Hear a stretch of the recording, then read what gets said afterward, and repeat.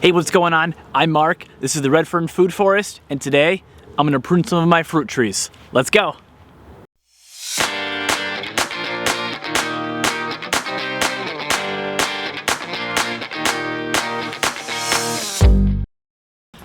That's right, today we're pruning some fruit trees, and I have a little secret to tell you guys.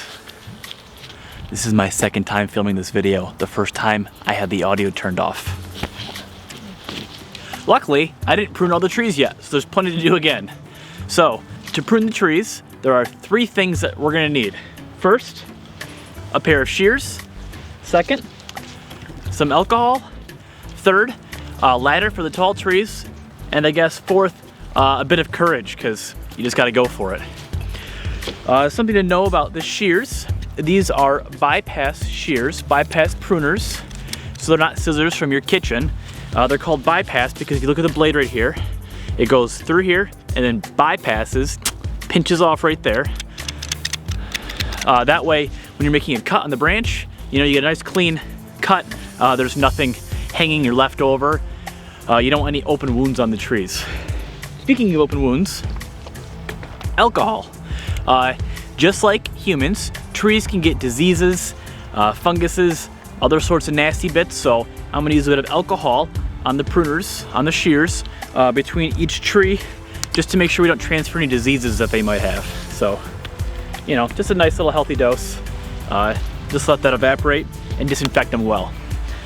The ladder, obviously, is for climbing the tree to any high places we have to reach. So there's 2 kind of cuts I want to show you today.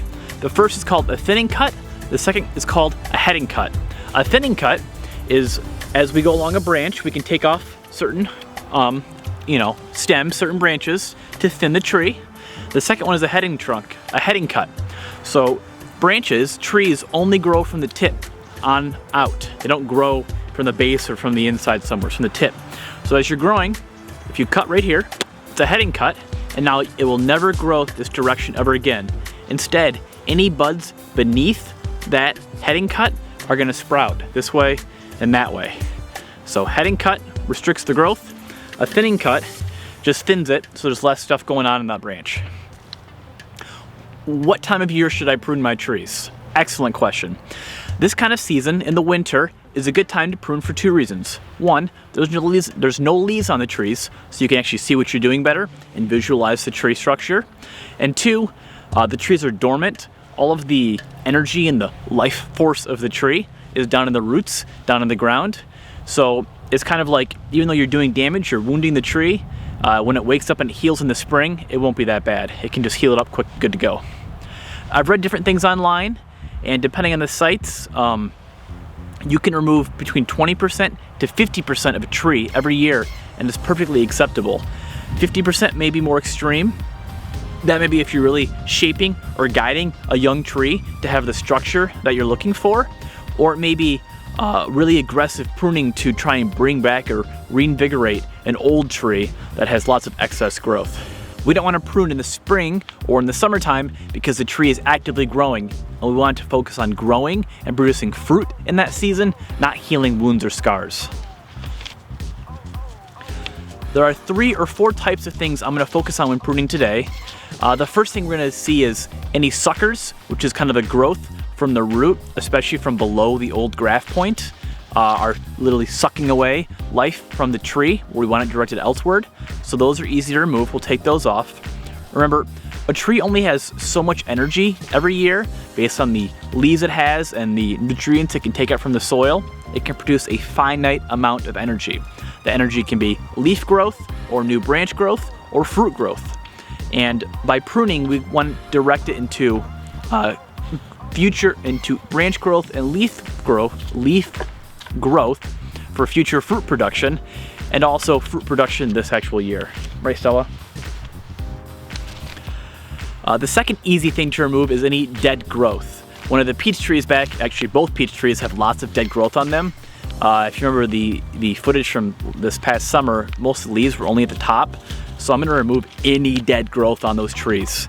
All they can do is harbor diseases and create open wounds and restrict the growth of the tree. So dead growth has to go.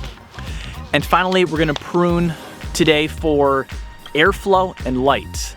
Especially in the middle of a tree and the under parts of the tree, it's hard for light to get down there, and trees need light to grow, and fruit needs light to develop.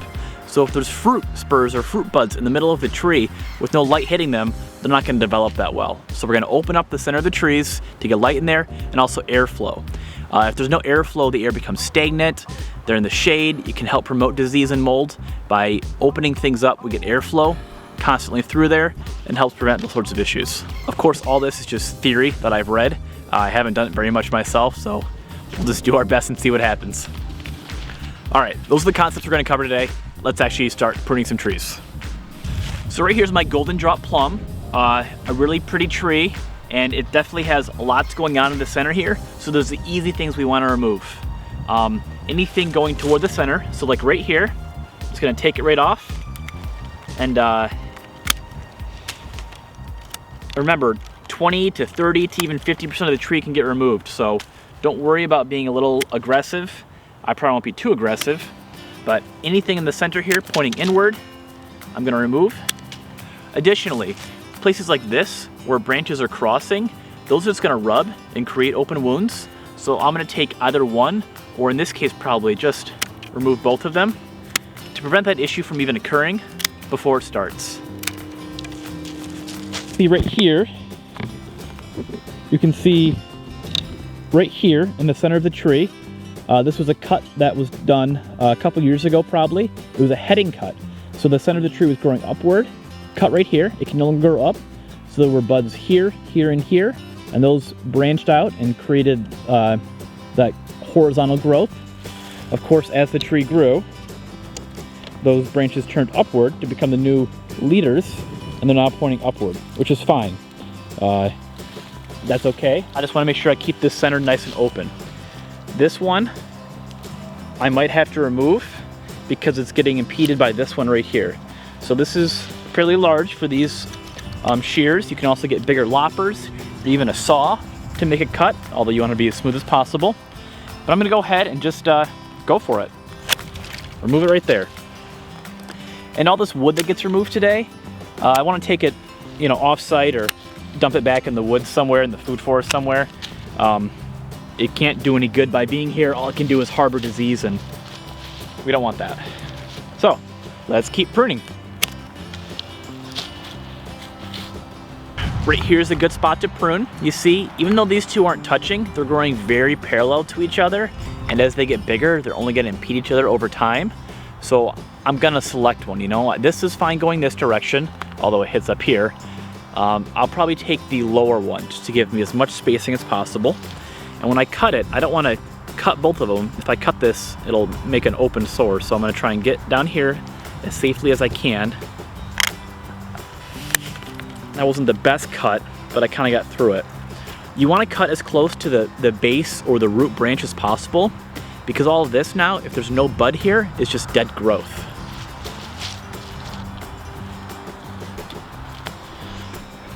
So these have all been thinning cuts I've been doing so far. I want to give you an example of a heading cut.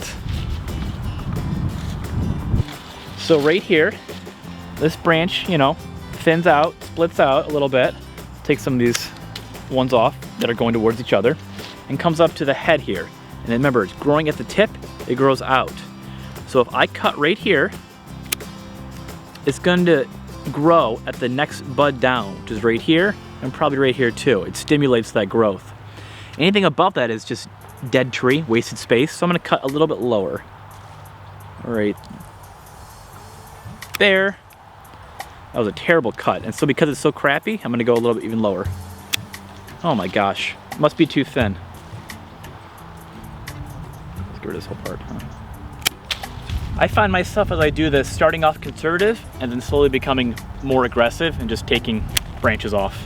But again, just trying to basically where everything's touch, that's where I want to snip. Anything's going toward the center, I want to remove.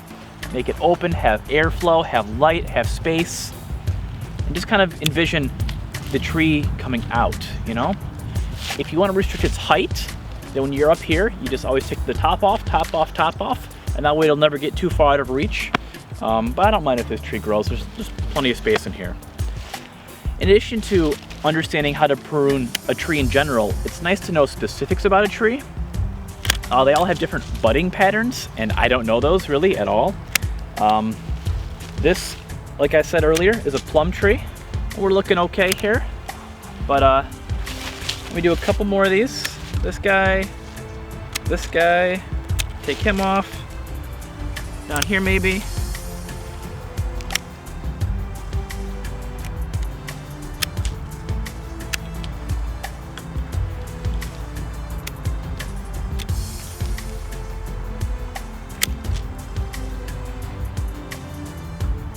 And you know what? We'll call that good. Let's go look at one of the cherry trees over here because they grow much different than this plum tree.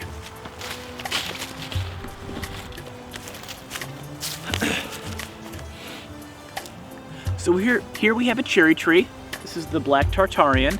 And as you can see, it's much more vertical growth, straight up with very little branching. In fact, this branch here, where the tag is on, is actually dead. It's broken off here. Figured. And we can tell that if you're ever unsure if a branch is dead or not, there's a trick. You just take your thumb and just scrape a little bit of the skin off. What you're doing is looking at the cambium layer just underneath the bark. And if it's green, that means it's still alive. If it's brown, that means that part of the branch, that part of the tree or that branch is dead. You can see right here, if I scratch it with my thumb, it's brown, there's nothing there. Whereas if I go right here,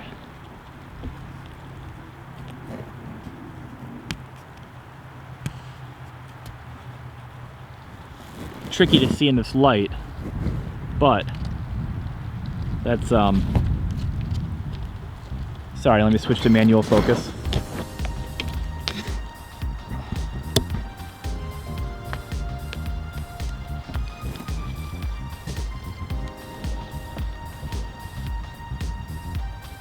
We can see it's green. There you go.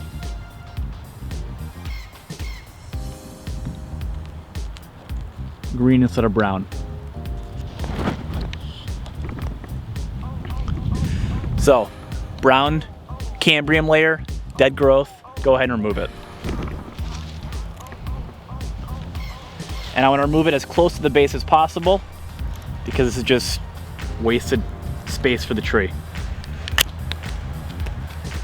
There we go, nice smooth cut, and again we can see that it's all brown. What's cool too is I can actually count right here. I can see the rings, how old this branch is. So 1, 2, 3, 4, 5 years maybe even 6. Tough to count. Another neat observation on this cherry tree is to look at the buds. So if we look right here,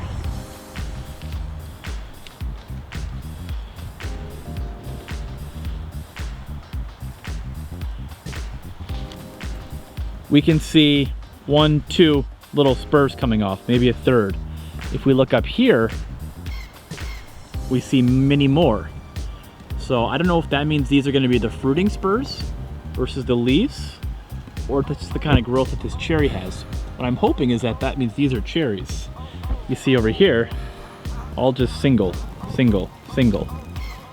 Hopefully these multiple heads are fruit. But I don't know. If you know more about cherry trees, go ahead and let me know. Leave a comment below. Let's look at the peach tree over here. This peach tree, I pruned in the first round of the video with no sound, but you can see had lots of suckers down there. Those are all just wasted growth coming from the base of the tree, from the root of the tree. So I took all those off. Another observation on this tree is lots of open wounds here on the north side of the tree on the bark. And it's actually, if I touch it, a little bit oozy. So I took a lot of this tree off, pruned a lot of it. Lots of it was dead growth. I kept what was red. This was the lively stuff. We'll see how it does in the spring. If we come to my other peach tree over here, it's a similar story, not as dire because there's no open wounds, but if we look up at the tree, lots and lots and lots of branches, too much in the middle probably, and I can just snap these little twigs off. A lot of them are just dead. So, I'm gonna get up on this ladder and try and give this tree a bit of a healthier spring. Before I do that, I gotta put a little more alcohol on to sanitize everything.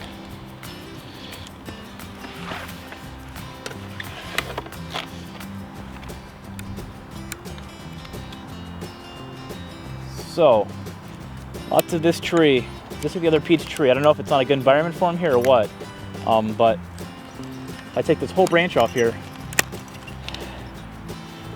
it's completely dead. The red branches have larger buds and better color to them, so I know those are alive. Those are the new growth from last year. So I'm gonna keep all of those, but everything else I just gotta remove. And hopefully that brings this tree back to life. Because I don't know about you, I sure would like to have some peaches next year.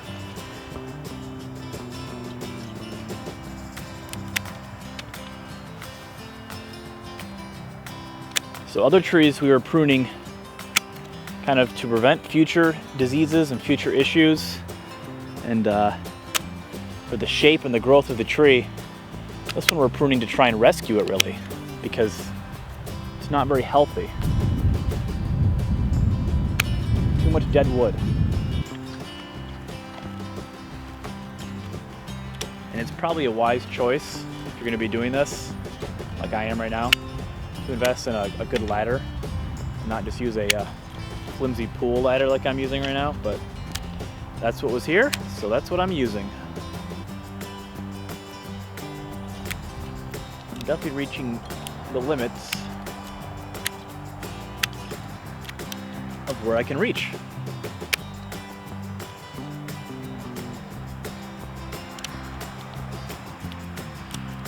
Up here looks pretty good. It looks pretty healthy. I'm feeling better about the tree up here.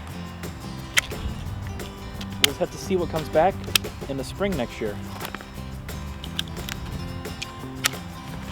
Maybe that's the pattern for this tree, is the growth is always at the top, and I have to just work my way up, I guess, over time.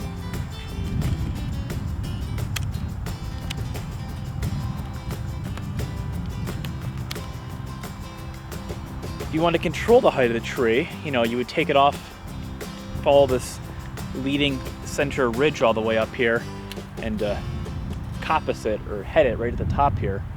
And that would keep everything going horizontal then in the future. But you know, the tree is what it is. I'll just let it go and see if I can keep up with it over time.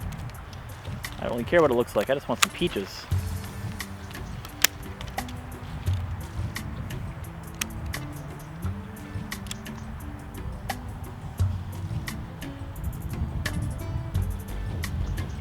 Well, I think that's pretty good. I'm sure there's some that I've missed, but I've managed to get a lot of the dead wood off. So we'll see what this tree does come spring. Hopefully we've given it new life. I'm kidding, I didn't actually fall. I know it was a terrible fake attempt. A cherry tree and a peach tree. I want to show you a pear tree. This is incredible, the amount of vertical upward growth that these things have. So I want them to keep going outward, not upward. Let me grab the ladder, sanitize my shears here, and show you how I'm gonna make this cut.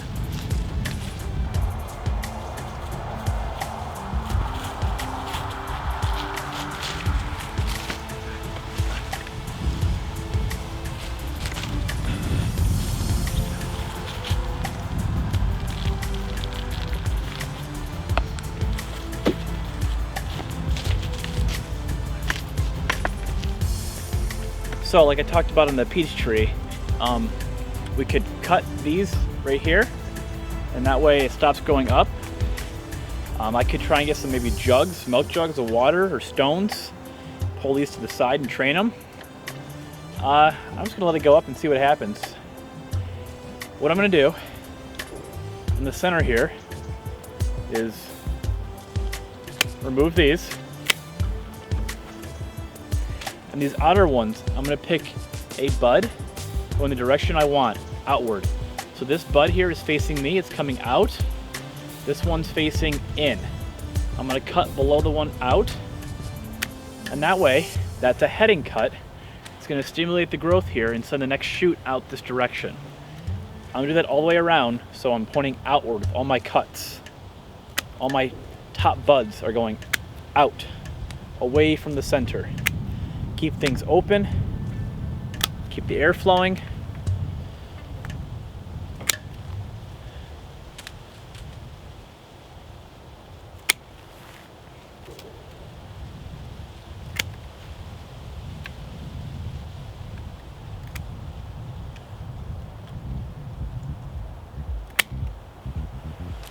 This one's really up there.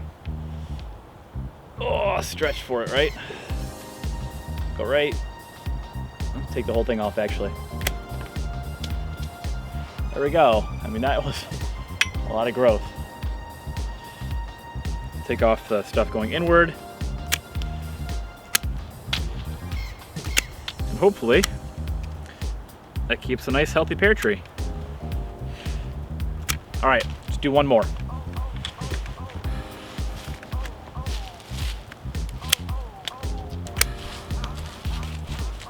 An apple tree, and I'm sure you can see how busy it is on the inside. So a lot of this has to get cleaned up. We don't want anything in the center touching, any other branches, everything going outward. I don't think any of it's dead wood like that peach tree was, but still. Right down here at the base,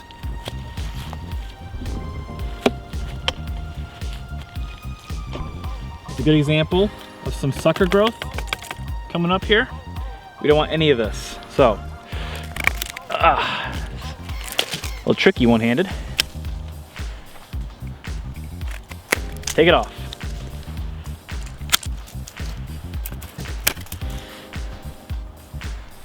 Now that I'm down here, I see this is darker, and right here is too. These are wounds on the tree, it looks like. We'll see how those affect the tree long term. This plastic here is to help protect the base of the tree from rodents and things like that in the spring. But I'm gonna take it off, try and get more sunlight down here, more airflow, and see if that helps take care of these right here, these wounds. Of course, the other way to help is by pruning the tree. So, let's do it. You. Remember, 20% to 30%, upwards of 50% of the tree is what the internet tells me can be removed. So, let's go for it, right? What's the worst that could happen? Well, the worst that could happen is the tree dies, but let's not go there. Take you off. Take you off. You get pruned, and you get pruned, and over here, this whole section is bending back in a way that I don't like. There we go. Like I said earlier, I feel like I started off kind of conservative and tentative, and then I just go for it. Okay, here's something interesting. Here, I know it's hard because the light's fading, but it's darker. It's almost black right there on that branch. Same thing for right here, dark, almost black. So I'm going to assume that these are disease points. And I'm going to just remove that whole segment of the tree. I can't,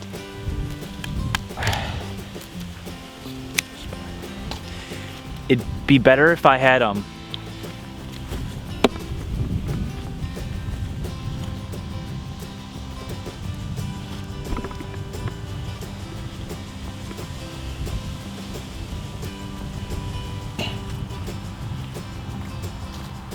this is gonna be pushing these little shears to their limit here, but I'm gonna go for it. Let's try and get in here, two-hand it. Just kind of grip it, oh, and take it. There we go, not bad. I'm pretty happy with that cut.